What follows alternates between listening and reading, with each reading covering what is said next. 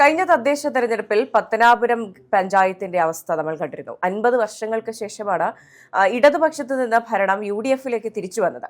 ആദ്യഘട്ടങ്ങളിലെല്ലാം തന്നെ ഇത് KB ഗണേഷ് കുമാറിന്റെ പരാജയമായും ഇടതുപക്ഷത്തിന്റെ പരാജയമായും പല ഓൺലൈൻ ചാനലുകളും പറഞ്ഞിരുന്നുവെങ്കിൽ പോലും കഴിഞ്ഞ ദിവസങ്ങളിൽ കണ്ട വീഡിയോകളിലെല്ലാം തന്നെ ജ്യോതികുമാർ ചാമക്കാലയെ അധിക്ഷേപിക്കുന്ന തരത്തിൽ അദ്ദേഹത്തിന്റെ മേലിൽ പഴിചാരുന്ന രീതിയിൽ അദ്ദേഹം അഴിമതിക്കാരനാണ് എന്ന് പറയുന്ന രീതിയിലുള്ള വീഡിയോകൾ ശ്രദ്ധയിൽപ്പെട്ടിരുന്നു. പത്തനാപുരം പഞ്ചായത്തിൽ നിന്നുള്ള ഒരു വ്യക്തി എന്ന നിലയിൽ 18 വയസ്സുള്ള വ്യക്തമായ രാഷ്ട്രീയ ബോധമുള്ള ഒരു വ്യക്തി നമ്മളോടൊപ്പം ഇന്നുണ്ട്. ശരിക്കും പത്തനാപുരം പഞ്ചായത്തിൽ എന്താണ് സംഭവിക്കുന്നത്, ജ്യോതികുമാർ ചാമക്കാലയുമായി ബന്ധപ്പെട്ട് എന്താണ് അദ്ദേഹം നടത്തിവന്ന പ്രവർത്തനങ്ങൾ എന്നെല്ലാം പറയാൻ പോകുന്നത് 18 വയസ്സുള്ള ഒരു രാഷ്ട്രീയ ബോധം വ്യക്തമായി തന്നെയുള്ള ഫർഹാനാണ്. നമസ്കാരം ഫർഹാൻ. നമസ്കാരം.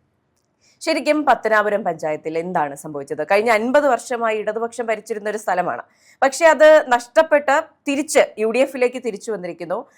അതിന്റെ ക്രെഡിറ്റ് ശരിക്കും ആർക്കാണ്? ജ്യോതികുമാർ ചാമക്കാലയ്ക്കെതിരെ കഴിഞ്ഞ ദിവസങ്ങളിലെല്ലാം വളരെ മോശമായിട്ടുള്ള രീതിയിലുള്ള വ്യക്തിഹത്യകളും അല്ലെങ്കിൽ അധിക്ഷേപ പരാമർശങ്ങളുമാണ് നമ്മൾ കണ്ടുകൊണ്ടിരിക്കുന്നത്. നമുക്കറിയാം, ജ്യോതികുമാർ ചാമക്കാല എന്ന് പറയുന്ന വ്യക്തി പെട്ടെന്നൊരു ദിവസം പത്തനാപുരം മണ്ഡലത്തിലേക്ക് പൊട്ടിമുളച്ച് വീണതൊന്നുമല്ല. കഴിഞ്ഞ കാലങ്ങളിൽ അല്ലെങ്കിൽ കഴിഞ്ഞ തെരഞ്ഞെടുപ്പ് മുതൽ ഇന്ന് ഈ നിമിഷം വരെ പത്തനാപുരത്തിൽ സജീവ സാന്നിധ്യമാണ് ജ്യോതികുമാർ ചാമക്കാല എന്ന് പറയുന്ന ഒരു രാഷ്ട്രീയ നേതാവ്.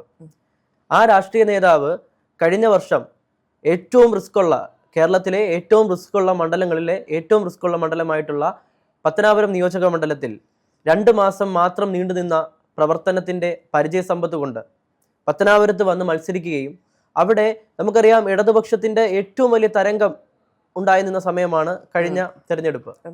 അതായത് എല്ലാവരും ഒറ്റ സ്വരത്തിൽ പിണറായി വിജയൻ രണ്ടാമതും അധികാരത്തിൽ വരും അല്ലെങ്കിൽ ഇടതുപക്ഷം വരും എന്ന് എല്ലാവരും ഒറ്റ സ്വരത്തിൽ പറഞ്ഞുകൊണ്ടിരുന്ന ആ ഒരു സാഹചര്യത്തിൽ പത്തനാപുരത്തെ അതായത് ഈ കേരളത്തിലെ ഏറ്റവും റിസ്ക്കുള്ള മണ്ഡലം, അതായത് ഗണേഷ് കുമാർ അല്ലാതെ മറ്റാരും തന്നെ അവിടെ വരാൻ പോകുന്നില്ല എന്ന് പറയുന്ന മണ്ഡലത്തിൽ വന്ന് അതായത് ആ റിസ്ക്കുള്ള മണ്ഡലത്തിൽ പത്തനാപുരം നിയോജക മണ്ഡലത്തിൽ വന്ന് മത്സരിക്കാനുള്ള ധൈര്യം കാണിച്ചൊരു വ്യക്തിത്വമാണ്, ഒരു രാഷ്ട്രീയ നേതാവാണ് ഈ പറയുന്ന ജ്യോതികുമാർ ചാമക്കാല. അത് എല്ലാ നേതാക്കന്മാരിലും ഉണ്ടെന്നൊന്നും ഞാൻ കരുതുന്നില്ല. കാരണം എല്ലാവരും ജയസാധ്യതയുള്ള മണ്ഡലങ്ങളിലേക്ക് പോകുമ്പോൾ ജ്യോതികുമാർ ചാമക്കാല വെറും 2 മാസം മാത്രം ഈ പറയുന്ന പത്തനാപുരം നിയോജക മണ്ഡലത്തിൽ പ്രവർത്തിച്ചുകൊണ്ട് ആ പത്തനാപുരം നിയോജക മണ്ഡലത്തിലേക്ക് സ്ഥാനാർത്ഥിയായി വരികയാണ്, UDF-ന്റെ സ്ഥാനാർത്ഥിയായി. അപ്പോൾ നമ്മൾ മനസ്സിലാക്കേണ്ട കാര്യം എന്താണ്? ഈ പറയുന്ന ഗണേഷ് കുമാർ വികസന നായകൻ അല്ലെങ്കിൽ ഈ നാട്ടിലെ വികസന സ്വപ്നങ്ങൾക്ക് ചിറകേകിയ ഒരു വ്യക്തിത്വം എന്നാണ് പൊതുവെ രാഷ്ട്രീയക്കാരും അല്ലെങ്കിൽ ഇടതുപക്ഷക്കാരും ഈ നാട്ടിലെ ജനങ്ങളും അവകാശപ്പെടുന്നത്. അങ്ങനെയാണ് ഇവർ പറയുന്നത്. ഈ ചാനൽ ചർച്ചയിലും ഒക്കെ അങ്ങനെയാണല്ലോ ആ ഒരു വ്യക്തി പറഞ്ഞത്, പത്തനാപുരത്തിന് നന്മ ആഗ്രഹിക്കുന്ന വ്യക്തി പറഞ്ഞത്. അപ്പൊ അങ്ങനെ വരുമ്പോ ഈ പറയുന്ന പോലെ ആ ഒരു വ്യക്തി ഇടതു തരംഗം ഏറ്റവും വലിയ രീതിയിൽ ഈ നാട്ടിൽ പ്രതിഫലിച്ചു കൊണ്ടിരിക്കുമ്പോൾ ആ ഒരു വ്യക്തി വെറും 14,000 വോട്ടിന്റെ ഭൂരിപക്ഷത്തിൽ അല്ലെങ്കിൽ 14,000 വോട്ടിനപ്പുറത്തേക്ക് പോയിട്ടില്ല. അത് നമ്മൾ മനസ്സിലാക്കണം. അത്രയും ഇടതു തരംഗം ഉണ്ടെങ്കിൽ എന്തുകൊണ്ട് ഗണേഷ് കുമാറിന് അത്രയും വോട്ട് മാത്രമേ ഭൂരിപക്ഷമായി കിട്ടിയുള്ളൂ എന്നുള്ളത് നമ്മുടെ മുമ്പിലുള്ള ചോദ്യമല്ലേ? അപ്പോൾ സ്വാഭാവികമായിട്ട് നമ്മൾ വിചാരിച്ചാൽ അല്ലെങ്കിൽ ഈ പറയുന്ന പോലെ ജ്യോതികുമാർ ചാമക്കാലയ്ക്ക് നിഷ്പ്രയാസമായിട്ട് ഇവിടെ ജയിക്കാമെന്നുള്ളത് ഒരു വാസ്തവമല്ലേ? ആ ഒരു സത്യം മനസ്സിലാക്കിക്കൊണ്ട് ഈ നാട്ടിലെ ജനങ്ങൾ ജ്യോതികുമാർ ചാമക്കാലയ്ക്ക് ഒപ്പമാണ് ഇപ്പോൾ. വെളക്കുടി പഞ്ചായത്ത്, അതുപോലെ തന്നെ മുഴുവൻ പഞ്ചായത്തുകൾ, ഈ പത്തനാപുരം നിയോജക മണ്ഡലത്തിലെ എല്ലാ പഞ്ചായത്തുകളിലും കൃത്യമായിട്ടുള്ള ഒരു സ്വാധീനം ജ്യോതികുമാർ ചാമക്കാലയ്ക്ക് ഉണ്ടാക്കിയെടുക്കാൻ സാധിച്ചിട്ടുണ്ട്. വെളക്കുടി പഞ്ചായത്തിന്റെ കാര്യം പറയാനാണെന്നുണ്ടെങ്കിൽ വെളക്കുടി പഞ്ചായത്തിൽ കുറെ അകപ്പോര് നടന്നതുകൊണ്ടും അതുപോലെ തന്നെ പല പ്രശ്നങ്ങൾ ഉണ്ടായതുകൊണ്ടുമാണ് 1-2 സീറ്റിന്റെ വ്യത്യാസത്തിലാണ് അധികാരം നഷ്ടപ്പെട്ടത്, ഭരണസമിതി ഇല്ലാതിരുന്നത്. അല്ലാതെ വന്നാൽ ജ്യോതികുമാർ ചാമക്കാല വന്ന് പ്രവർത്തിച്ച എല്ലാ വാർഡുകളിലും വിജയം ഉണ്ടായി എന്നുള്ളതാണ് സത്യം, എല്ലാ വാർഡുകളിലും. അതെ. അപ്പോൾ ഇവരെ അവകാശപ്പെടുന്നത് പോലെ 2 മാസത്തെ പ്രവർത്തനം മാത്രമാണ് ചാമക്കാല ഇവിടെ നടത്തിയത്. അപ്പോൾ വർഷങ്ങളായി ഇവിടെ താമസിച്ചിരുന്ന KB ഗണേഷ് കുമാർ എന്ത് പ്രവർത്തനമാണ് സ്വന്തം പഞ്ചായത്തിൽ ചെയ്തത് എന്ന ചോദ്യമല്ലേ ബാക്കിയാകുന്നത്? ഗണേഷ് കുമാറിന് കഴിവുണ്ടെങ്കിൽ, അല്ലെങ്കിൽ ഗണേഷ് കുമാർ ഈ പറയുന്നത് പോലെ ഗണേഷ് കുമാറിനെ വിട്ട് കളിക്കാൻ ഈ നാട്ടിലെ ജനങ്ങൾ തയ്യാറല്ലായിരുന്നു എന്നുണ്ടെങ്കിൽ കഴിഞ്ഞ 50 വർഷമായി ഗണേഷ് കുമാർ UDF-ൽ നിൽക്കുമ്പോഴും LDF-ലേക്ക് കടന്നു വന്നപ്പോഴുമുള്ള അതേ പഞ്ചായത്ത് 50 വർഷമായി ഗണേഷ് കുമാർ UDF-ൽ നിൽക്കുമ്പോഴും ആ പഞ്ചായത്ത് LDF-ന്റെ കയ്യിലാണ്. അങ്ങനെ വരുമ്പോൾ ആ പഞ്ചായത്ത് ഗണേഷ് കുമാറിനെ കൈവിടാൻ തയ്യാറാവാത്ത ജനം എന്തുകൊണ്ട് പഞ്ചായത്തിൽ UDF-ന് അധികാരം കൊടുത്തു എന്നുള്ള ചോദ്യം നമ്മുടെ മുമ്പിലില്ലേ?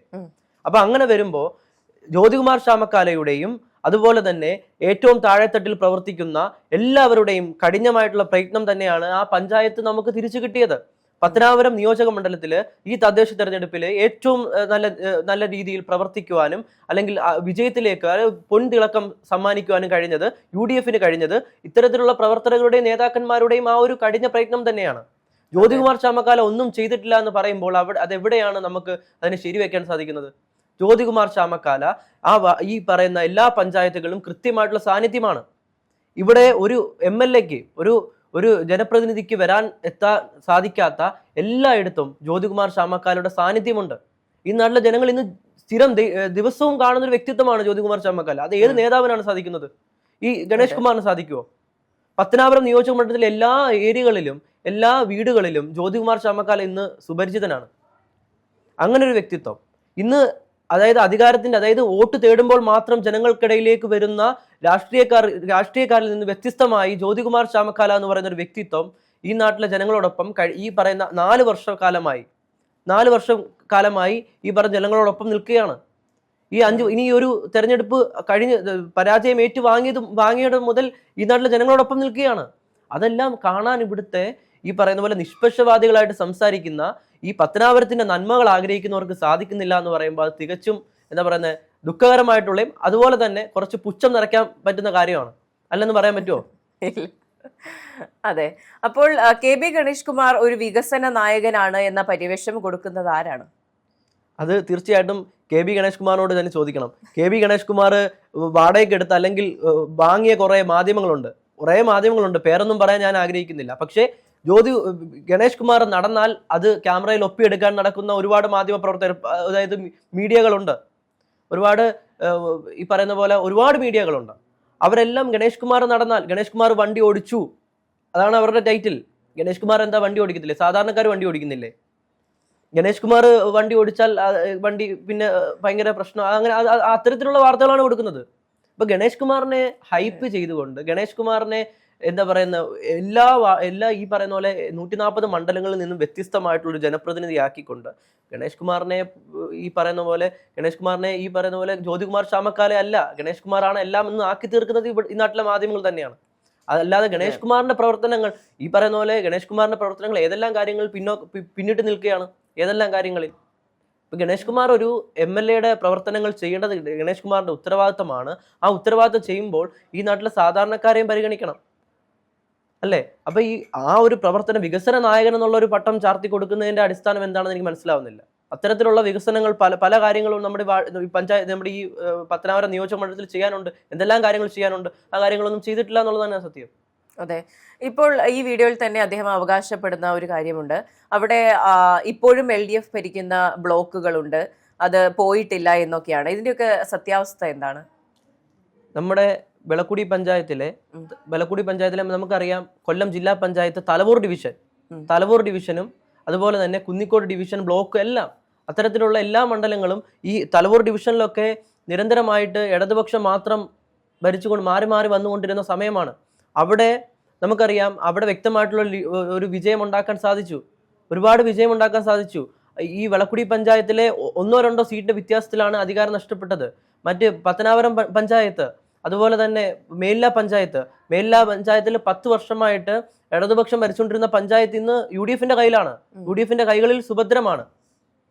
അപ്പൊ അത് നമ്മൾ മനസ്സിലാക്കണം. അപ്പൊ അത്തരത്തിലുള്ള ജ്യോതികുമാർ ചാമക്കാലയുടെ പ്രവർത്തനങ്ങളെ ഇല്ലായ്മ ചെയ്തുകൊണ്ട് ജ്യോതികുമാർ ചാമക്കാല എന്ന് പറഞ്ഞ ഒരു വ്യക്തി, ഒരു രാഷ്ട്രീയ നേതാവിനെ കരിവാരി തേക്കാൻ നോക്കുന്ന ഇത്തരത്തിലുള്ള സോഷ്യൽ മീഡിയ ഇത്തരത്തിൽ ഉപയോഗിക്കുന്നവരെ നമുക്ക് ഒരിക്കലും അംഗീകരിക്കാൻ കഴിയത്തില്ല എന്നുള്ളതാണ് സത്യം. ഇപ്പോൾ ജ്യോതികുമാർ ചാമക്കാല കുറച്ചു കാലം മാത്രമാണ് പത്തനാപുരത്ത് പ്രവർത്തിച്ചിരുന്നത്. അതൊരു വിജയ സാധ്യത, ഒരു സ്ഥലമായി വിജയിക്കാൻ പറ്റിയ ഒരു വിളനിലമായി മാറ്റിയെടുത്ത അദ്ദേഹം തന്നെയാണ്.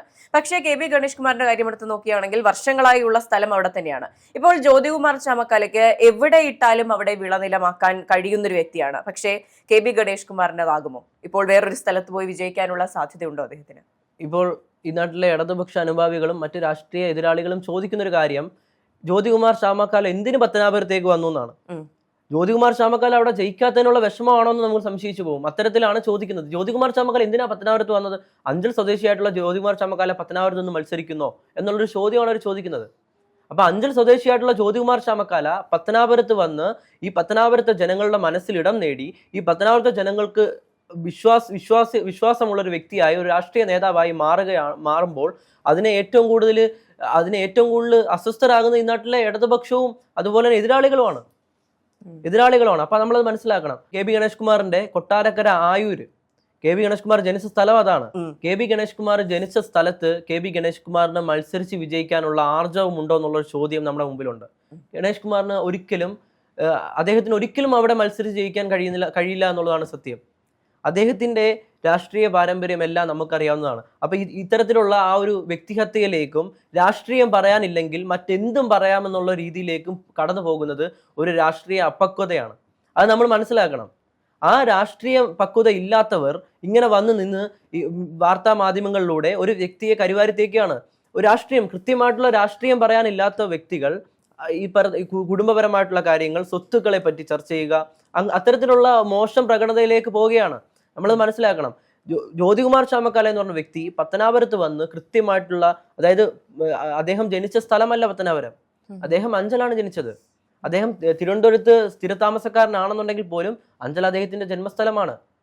പത്തനാപുരത്തേക്ക് കടന്നു വന്നു. പത്തനാപുരത്ത് കൃത്യമായിട്ടുള്ള പ്രവർത്തനങ്ങളിലൂടെ, ക്രിയാത്മകമായ ആസൂത്രണങ്ങളിലൂടെ ഓരോ പ്രവർത്തനങ്ങളും ചെയ്ത് അത്തരത്തിൽ ജനങ്ങളുടെ മനസ്സിൽ ഇടം നേടി ഈ നാട്ടിലെ ജനങ്ങളുടെ മുമ്പിൽ ഇറങ്ങി നിൽക്കുമ്പോൾ ഈ പറയുന്ന പോലെ ഗണേഷ് കുമാറിന് അതുപോലെ കൊട്ടാരക്കരയിലേക്ക്, അയാളുടെ ജന്മസ്ഥലത്തേക്കോ അല്ലെങ്കിൽ വേറെ ഏതെങ്കിലും മണ്ഡലത്തിലേക്ക് മാറി മത്സരിക്കാൻ കഴിയുമോ? നമ്മൾ ചിന്തിക്കേണ്ട കാര്യമല്ലേ. പത്തനാപുരം അദ്ദേഹത്തിന്റെ ഈ പറയുന്ന പോലെ അദ്ദേഹത്തിന്റെ സ്വത്താണ് എന്നുള്ള രീതിയിൽ പിടിച്ചു വെക്കുമ്പോൾ അത് നാട്ടിലെ ജനങ്ങളുടെ അധികാരം കൊടുത്തിട്ടാണ് അത് ഏറ്റവും വലിയ ശരിയായിട്ടുള്ള കാര്യമാണ്. പക്ഷേ അദ്ദേഹത്തിന് ഈ പറയുന്ന പോലെ ഞാൻ നേരത്തെ പറഞ്ഞതുപോലെ തന്നെ ഇടതു തരംഗം അത്രയും രൂക്ഷമായിട്ട് നിന്ന സമയത്ത് പോലും അദ്ദേഹത്തിന്റെ ജയം 14,000 വോട്ടിന് മാത്രമാണ്. അത് നമ്മൾ മനസ്സിലാക്കണം. ജ്യോതികുമാർ ചാമക്കാല ഈ പത്തനാപുരത്തേക്ക് കടന്നു വന്ന് ഈ നാട്ടിലെ ജനങ്ങളെ പഠിപ്പിക്കുന്ന ഒരു നേതൃപാഠമുണ്ട്. അദ്ദേഹം പത്തനാപുരത്തേക്ക് കടന്നു വന്നപ്പോൾ ഏറ്റവും വലിയ, അതായത് ഗണേഷ് കുമാർ എന്ന് പറയുന്ന ജനപ്രതിനിധിയുടെ കുത്തക മണ്ഡലമായിരുന്നു പത്തനാപുരം. പക്ഷെ ഇന്ന് എങ്ങനെ വേണമെങ്കിലും മാറി മറിയാൻ സാധ്യതയുള്ള ഒരു മണ്ഡലമായി ഈ പത്തനാപുരം നിയോജക മണ്ഡലം മാറി എന്നുള്ളതിന് ഏറ്റവും വലിയ തെളിവാണ് ഈ പറയുന്ന പോലെ പത്തനാപുരം പഞ്ചായത്തിന്റെ കാര്യം ഉൾപ്പെടെയുള്ള കാര്യങ്ങൾ. ഈ പറയുന്ന പോലെ ഗണേഷ് കുമാറിന് കൃത്യമായിട്ടുള്ള ഒരു എതിരാളി തന്നെയാണ് ജ്യോതികുമാർ ചാമക്കാല എന്ന് പറയുന്ന രാഷ്ട്രീയ നേതാവ്. ആ രാഷ്ട്രീയ നേതാവിന് പ്രവൃത്തി പരിചയമുണ്ട്. ആ രാഷ്ട്രീയ നേതാവിന്റെ കൃത്യമായിട്ടുള്ള നേതൃപാഠങ്ങളുണ്ട്. ആ രാഷ്ട്രീയ നേതാവിന് കൃത്യമായിട്ട് ഓരോ പഞ്ചായത്തിലും ഓരോ ജനങ്ങളെയും കൃത്യമായിട്ട് അറിയാവുന്ന സത്യം നമ്മുടെ മുമ്പിലുണ്ട്. അപ്പോൾ ഗണേഷ് കുമാറിനെ ഹൈപ്പ് ചെയ്തോ, ഗണേഷ് കുമാറിന്റെ വികസന നേട്ടങ്ങളെ എടുത്തു വെച്ചുകൊണ്ട് സംസാരിക്കുക, അല്ലാതെ ഒരു ജനപ്രതിനിധിയെ അല്ലെങ്കിൽ ഒരു രാഷ്ട്രീയ നേതാവിനെ ഈ പറയുന്ന പോലെ കരിവാരി തേച്ചുകൊണ്ട്, പരിഹസിച്ചുകൊണ്ട്, അപഹാസ്യനാക്കിക്കൊണ്ട് ഈ പറയുന്ന പോലുള്ള മാധ്യമ പ്രവർത്തനം ഒന്നും നമ്മുടെ നാട്ടിൽ അംഗീകരിക്കാൻ കഴിയുന്ന കാര്യങ്ങളൊന്നുമല്ല.